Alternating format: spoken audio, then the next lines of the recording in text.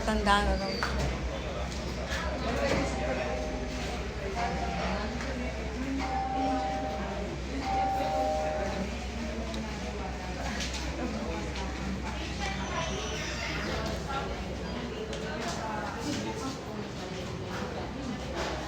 Ayan, dito ako ngayon sa HP.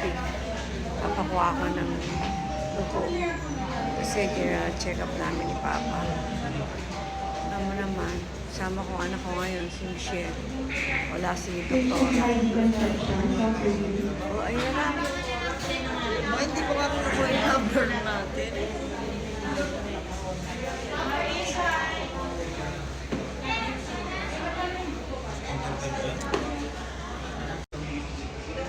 Ayan, kailangan ng palagayin tayo. Nagpapacheck up.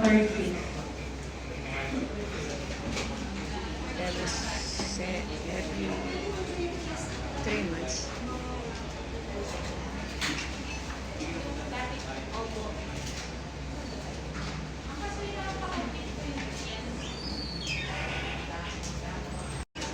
Ayan, pagkasama mo ang anak, siya nag-aasikaso.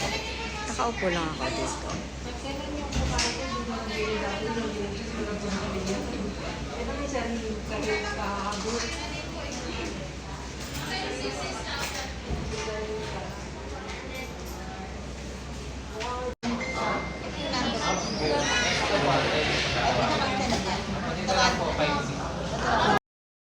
Ayan, natapos na kami. Ito na si Kuya, sakay ka na. Natapos na kami magpakuha ng dugo. Ayan na. Ayan, okay na.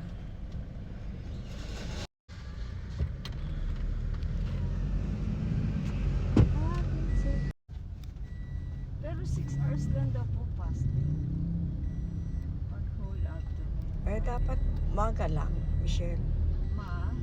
Kakain siya ngayon, tapos